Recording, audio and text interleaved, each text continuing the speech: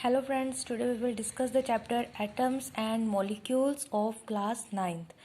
So in this chapter you will be able to understand what are atoms, what are molecules, how atoms combine to form chemical compound. So let's start.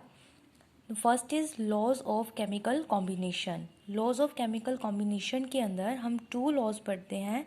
First is law of conservation of mass and second is law of constant proportion.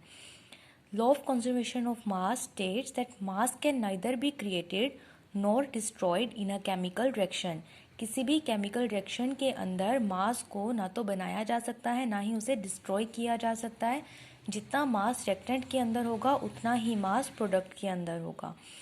Law of constant proportion it states that in a chemical substance the elements are always present in the definite proportion by mass. यानी किसी भी chemical substance के अंदर जो elements present हैं वो एक definite proportion के अंदर प्रेजेंट होंगे, चाहे हम उसे किसी भी सोर्स से ले रहे हैं. फॉर एग्जांपल जैसे वाटर है, वाटर को हम अगर किसी भी सोर्स से लें, ओशियन से लें, टैंक से लें, लेक से लें, जो वाटर है उसका जो कंपाउंड का प्रोपोर्शन है वो हमेशा क्या रहेगा 1:8. हाइड्रोजन का जो एटॉमिक मास है दैट इज़ 1, तो 2 के लिए कितना हो जाएगा 2. ऑक्सीजन का एटॉमिक मास 16, तो इसका जो रेशियो होगा वो हमेशा क्या रहेगा 1:8. उसी तरह से जो कार्बन डाइऑक्साइड है वो हमें चाहे किसी भी सोर्स से मिल रही है उसके अंदर जो रेशियो है वो हमेशा रहेगा 3:8, क्योंकि कार्बन का जो मास है वो होता है 12, ऑक्सीजन का मास होता है 16 और 2 ऑक्सीजन है तो इसका मास हो जाएगा 32. तो इसका जो प्रोपोर्शन है वो हमेशा कितना रहेगा 3:8. Next is the Dalton's atomic theory. जो डाल्टन्स एटॉमिक थ्योरी है वो क्या कहती है? The postulates of this theory are all matter is made up of very tiny particles called atoms. जितना भी मैटर है वो एटम से मिलकर बना होता है और एटम बहुत छोटा यानी इनडिविजिबल पार्टिकल होते हैं. एटम्स आर इनडिविजिबल पार्टिकल्स जिन्हें हम फर्दर डिवाइड नहीं कर सकते हैं according to Dalton. Atoms of a given element are identical in mass and chemical properties. किसी भी एलिमेंट के जो एटम हैं, अगर सेम एलिमेंट के एटम हम लेकर चल रहे हैं तो उनका जो मास और केमिकल प्रॉपर्टीज़ हैं वो सेम रहेंगी. Atoms of different elements have different masses and chemical properties. और डिफरेंट एलिमेंट्स हैं उनका जो एटॉमिक मास है, उनकी केमिकल प्रॉपर्टीज़ हैं वो डिफरेंट हो जाएंगी. Atoms combine in the ratio of small whole number to form the compound. जो एटम्स हैं वो एक होल नंबर के अंदर कंबाइन करते हैं. जैसे अभी हमने एग्जांपल किया था वाटर का, तो उसका जो होल नंबर था दैट इज़ 1:8. कार्बन डाइऑक्साइड का जो होल नंबर रेशो था दैट इज़ 3:8. तो इस तरह से जो एटम्स हैं वो आपस में जो कंबाइन करते हैं वो एक स्मॉल नंबर जो होल नंबर रेशो है उसके अंदर कंबाइन करेंगे. Next is the atom. What are atoms? तो अभी हमने पढ़ा according to Dalton it is the indivisible particle. तो कोई भी जो मैटर हम बना रहे हैं उसका बिल्डिंग ब्लॉक होता है. So it is the building block of all the matter. How do atom exist? जो एटम्स हैं वो एग्जिस्ट कैसे करते हैं? जो एटम्स है कुछ का तो इंडिपेंडेंट एग्जिस्टेंस है, लाइक हीलियम है, आर्गन है, लेकिन कुछ जो एटम्स हैं उनका इंडिपेंडेंट एग्जिस्टेंस नहीं होता, वो कंबाइंड फॉर्म के अंदर एग्जिस्ट करते हैं. तो उसे हम क्या कह देते हैं? मॉलिक्यूल्स. और जहाँ पर वो नेगेटिव या पॉजिटिव चार्ज की फॉर्म में एग्जिस्ट करते हैं उसे क्या देते हैं? Ion. So what is the molecule? The smallest particle of an element or a compound that is capable of independent existence. किसी भी एलिमेंट या फिर कंपाउंड का सबसे छोटा पार्टिकल जिसका कोई ना कोई इंडिपेंडेंट एग्जिस्टेंस होता है, मतलब वो इंडिपेंडेंटली अगर एग्जिस्ट कर सकता है तब हम उसे कहते हैं मॉलिक्यूल. जैसे O+O, यहाँ पर जो ऑक्सीजन है एटॉमिक फॉर्म के अंदर वो एग्जिस्ट नहीं करता है. 2 ऑक्सीजन आपस में कंबाइन करके O2 की फॉर्मेशन करते हैं, तो एटम्स के अंदर वो एग्जिस्ट नहीं करता. 2 एटम्स कंबाइन करके मॉलिक्यूल बना रहे हैं और मॉलिक्यूल के अंदर उसका एक इंडिपेंडेंट एग्जिस्टेंस होता है. उसी तरह से हाइड्रोजन जो एक एलिमेंट है, 2 हाइड्रोजन आपस में कंबाइन करके मॉलिक्यूल बना रहे हैं, तो इसे हम क्या कह देते हैं? Molecule of elements. और अगर 2 डिफरेंट एलिमेंट आपस में एक डेफिनेट प्रोपोर्शन के अंदर कंबाइन करके कंपाउंड की फॉर्मेशन कर रहे हैं तो उसे कहते हैं मॉलिक्यूल ऑफ कंपाउंड्स. तो मॉलिक्यूल ऑफ एलिमेंट की जो एग्जांपल हैं that are O2 and H2. और जो मॉलिक्यूल ऑफ एलिमेंट कंपाउंड्स के जो एग्जांपल हैं वो हैं वाटर, जिसके अंदर हाइड्रोजन और ऑक्सीजन आपस में कंबाइन करके वाटर की फॉर्मेशन करते हैं, जिसका एक डेफिनेट रेशियो है that is 1:8. Next are what are ions? Ion is a charge particle that can be positively और नेगेटिवली चार्ज। आयन वो होते हैं जिनके ऊपर पॉजिटिव या फिर नेगेटिव चार्ज होता है। जहाँ पॉजिटिव चार्ज होता है उसे कैटायन और जहाँ नेगेटिव चार्ज होता है उसे एनायन कहा जाता है। इनके अंदर जो पॉजिटिव और नेगेटिव चार्ज आता है वो आता है इनकी वैलेंसी के बेसिस पर, जिसे हम आगे पढ़ेंगे। जहाँ पर भी ऑक्टेट कंप्लीट हो रहा हो, चाहे इलेक्ट्रॉन को लूज करके या फिर इलेक्ट्रॉन को गेन करके, तो वो उसकी वैलेंसी की फॉर्मेशन करता है। सोडियम एक इलेक्ट्रॉन को लूज करके स्टेबल होता है, इस वजह से इसके ऊपर पॉजिटिव चार्ज आ जाता है। क्लोरीन एक इलेक्ट्रॉन को गेन करके स्टेबल होता है, तो इसकी वजह से इसके ऊपर नेगेटिव चार्ज आ जाता है। पॉजिटिव चार्ज होगा तो कैटायन कहेंगे, नेगेटिव चार्ज होगा तो एनायन कहेंगे। Next is the writing the chemical formula. इसके अंदर जब हम केमिकल फॉर्मूला लिखते हैं तो उसके अंदर हमें वैलेंसी का पता होना ज़रूरी है। So valency can be use to find out how the atoms of an element will combine with the atoms of another element to form the chemical compound. मतलब एक जो एलिमेंट है वो उसके जो एटम्स हैं वो दूसरे एलिमेंट के एटम्स के साथ किस तरह से कंबाइन करके एक केमिकल कंपाउंड की फॉर्मेशन करते हैं, वो बनाता है वैलेंसी। जैसे अगर हम डिफरेंट एलिमेंट्स यहाँ पर लिखे हुए हैं, जैसे हाइड्रोजन है, हाइड्रोजन का जो सिंबल है वो 1 होता है, उसका जो एटॉमिक नंबर है वो भी 1 होता है। जितने एटॉमिक नंबर होगा उतने ही नंबर ऑफ इलेक्ट्रॉन्स होते हैं। तो यहाँ पर जो एटॉमिक नंबर है वो 1 है, तो इसके अंदर जो नंबर ऑफ इलेक्ट्रॉन्स होंगे वो भी क्या हो जाएंगे, 1। यहाँ पर हमने KLMN, इनका मतलब होता है प्रिंसिपल शेल्स। तो जितने नंबर ऑफ इलेक्ट्रॉन्स होंगे उसके अकॉर्डिंगली हम प्रिंसिपल शेल के अंदर इलेक्ट्रॉन्स को फिल करते हैं। इनमें जो इलेक्ट्रॉन्स हैं वो 2, 8, 18 और 32 एग्जिस्ट कर सकते हैं मैक्सिमम। तो हाइड्रोजन के अंदर इसका जो एटॉमिक नंबर है वो 1 है, तो इसका जो इलेक्ट्रॉन होंगे वो भी कितने होंगे, 1 होंगे, जिन्हें हम K प्रिंसिपल शेल के अंदर फिल कर देंगे। तो इसका वैलेंसी कैसे लिखेंगे हम, जो हाइड्रोजन है वो एक इलेक्ट्रॉन को गेन करके अपना ड्यूप्लेट कंप्लीट करता है, यानी स्टेबल हो जाता है, या फिर एक इलेक्ट्रॉन को लूज करके स्टेबल होता है। उसी तरह से जो हीलियम है इसके पास ऑलरेडी 2 इलेक्ट्रॉन है, तो ये स्टेबल है। इस वजह से जो हीलियम है वो पॉजिटिव या नेगेटिव फॉर्म में या He2 की फॉर्म में एग्जिस्ट नहीं करता है, वो सिर्फ He की फॉर्म में ही एग्जिस्ट करता है। लिथियम का जो सिंबल है दैट इज Li, इसके अंदर जो एटॉमिक नंबर है दैट इज 3।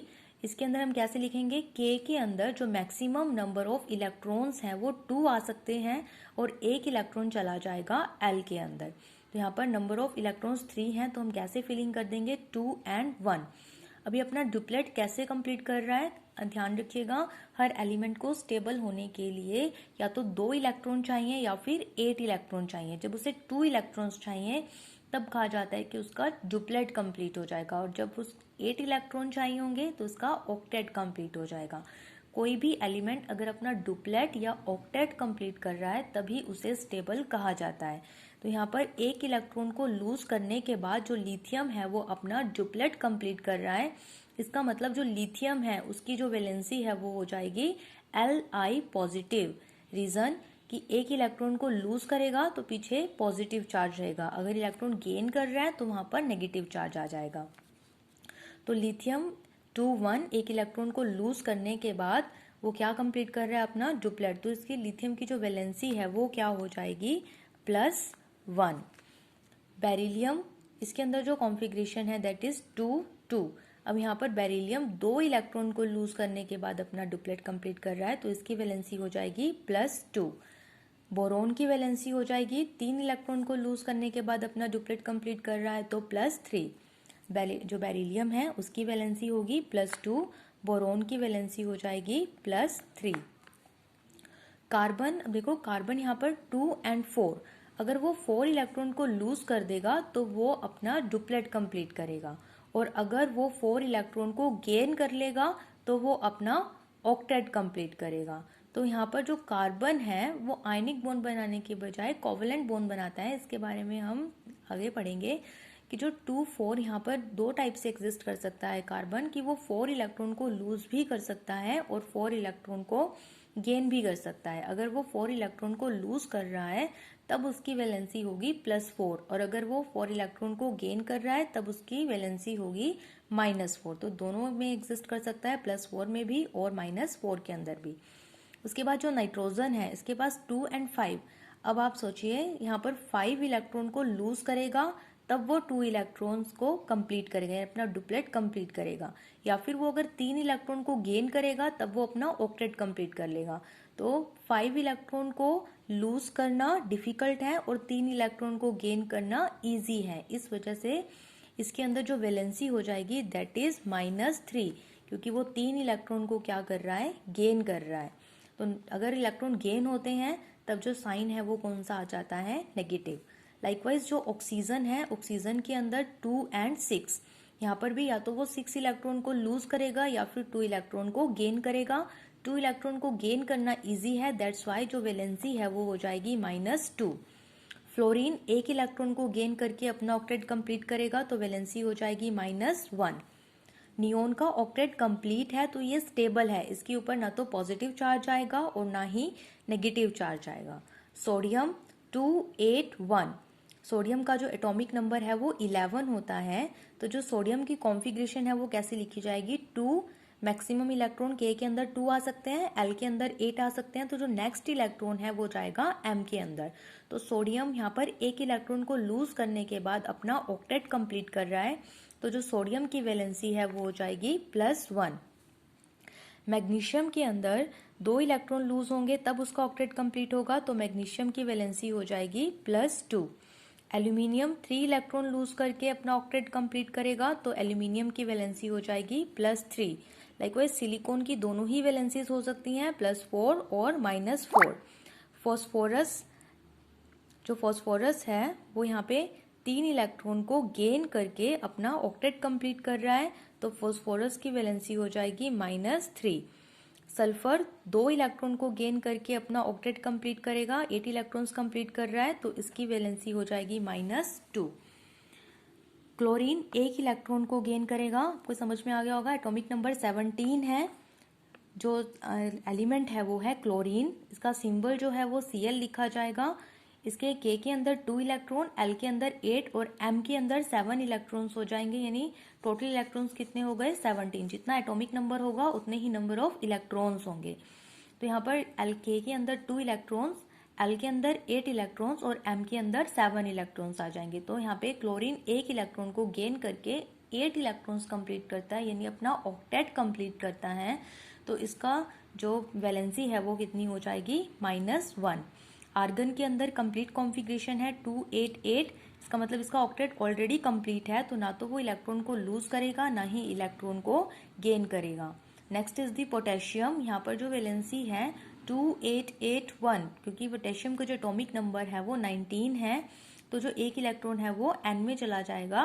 तो 2881 1 इलेक्ट्रॉन को लूज करने के बाद वो अपना ऑक्टेट कंप्लीट कर रहा है, क्योंकि 1 इलेक्ट्रॉन लूज कर रहा है तो पोटेशियम की जो वैलेंसी होगी वो +1 हो जाएगी। कैल्शियम का एटॉमिक नंबर 20 है, उसकी जो कॉन्फ़िगरेशन है वो लिखी जाती है 28H2। 2 इलेक्ट्रॉन को लूज करने के बाद वो अपना ऑक्टेट कंप्लीट कर रहा है, तो इसकी जो वैलेंसी है वो लिखी जाती है +2। So let's take some example, जैसे हम HCl, हाइड्रोजन यहाँ पर अपना 1 इलेक्ट्रॉन लूज कर सकता है, क्योंकि इसका हाइड्रोजन का एटॉमिक नंबर कितना होता है, 1। तो एक ही इलेक्ट्रॉन होता है, उसे लूज करके वो स्टेबल हो जाता है, तो इसकी वैलेंसी होती है +1। क्लोरीन का अभी हमने किया कि इसके वैलेंस शेल में 7 इलेक्ट्रॉन है, लास्ट शेल में 7 इलेक्ट्रॉन है, वो 1 इलेक्ट्रॉन को गेन करके अपना ऑक्टेट कंप्लीट कर लेगा, तो यहाँ पर जो वैलेंसी हो जाएगी दैट इज -1। अब हम इसे क्रॉस कर देते हैं, Cl की जो वैलेंसी है उसे हाइड्रोजन के साथ लिखा जाता है और हाइड्रोजन की जो वैलेंसी है उसे Cl के साथ लिखा जाता है। यहाँ दोनों ही 1 है, हाइड्रोजन के साथ भी 1 लिखा जाएगा और Cl के साथ भी 1 लिखा जाएगा। यहाँ पर प्लस या माइनस शो नहीं करते हैं, जब हम कंपाउंड का नेम लिखते हैं तो सीधा ही कैसे लिख दिया जाता है, HCl। उसी तरह से अगर हम Al2O3 बना रहे हैं, यानी एल्यूमिनियम और ऑक्सीजन से हमें कंपाउंड बनाना है। अभी आपको बताया था जो एल्यूमिनियम है, एल्यूमिनियम का एटॉमिक नंबर होता है 13, सिंबल क्या होता है, Al। तो कॉन्फ़िगरेशन कैसे लिखी जाएगी, 2 8 3। तो वो 3 इलेक्ट्रॉन को लूज करने के बाद अपना ऑक्टेट कंप्लीट कर रहा है, क्योंकि वो 3 इलेक्ट्रॉन्स को लूज कर रहा है तो उसकी जो वैलेंसी है दैट इज +3। तो एल्यूमिनियम के लिए हम कितनी वैलेंसी लिखेंगे? +3। ऑक्सीजन के केस में ऑक्सीजन का जो एटॉमिक नंबर है दैट इज 8। तो 8 जो एटॉमिक नंबर है उसके अंदर कॉन्फ़िगरेशन कैसी लिखी जाती है? 2 6। यहाँ पर जो अपना ऑक्टेट कंप्लीट करने के लिए ऑक्सीजन को 2 इलेक्ट्रॉन चाहिए, तो वो 2 इलेक्ट्रॉन्स को गेन कर रहा है, तो इसका मतलब इसकी वैलेंसी कितनी हो जाएगी? -2, जिसे हम क्रॉस में लिखेंगे एल्यूमिनियम के साथ ऑक्सीजन की वैलेंसी को और ऑक्सीजन के साथ एल्यूमिनियम की वैलेंसी को। पॉजिटिव नेगेटिव साइन नहीं लिखा जाता, सिंपली हम लिखेंगे Al2O3 एल्यूमिनियम ऑक्साइड। उसी तरह से अगर हमें लिखना है sodium carbonate, sodium carbonate, sodium carbonate के अंदर सोडियम की जो वैलेंसी है दैट इज +1 और जो कार्बोनेट्स हैं उनकी जो वैलेंसी होती है दैट इज -2। तो यहाँ पर Na के लिए +1 और कार्बोनेट के लिए -2। तो अगर हम इसे क्रॉस करेंगे तो सोडियम के साथ कार्बोनेट की वैलेंसी और कार्बोनेट के साथ सोडियम की वैलेंसी को लिखा जाएगा। तो कैसे फॉर्म में लिख देंगे इसे? Na2CO3। तो इस तरह से हम कंपाउंड्स की फॉर्मेशन करते हैं according to their valency. I hope you like this video. अगर आपको ये वीडियो अच्छा लगा हो तो प्लीज़ इसे लाइक, शेयर और सब्सक्राइब करें। Thank you.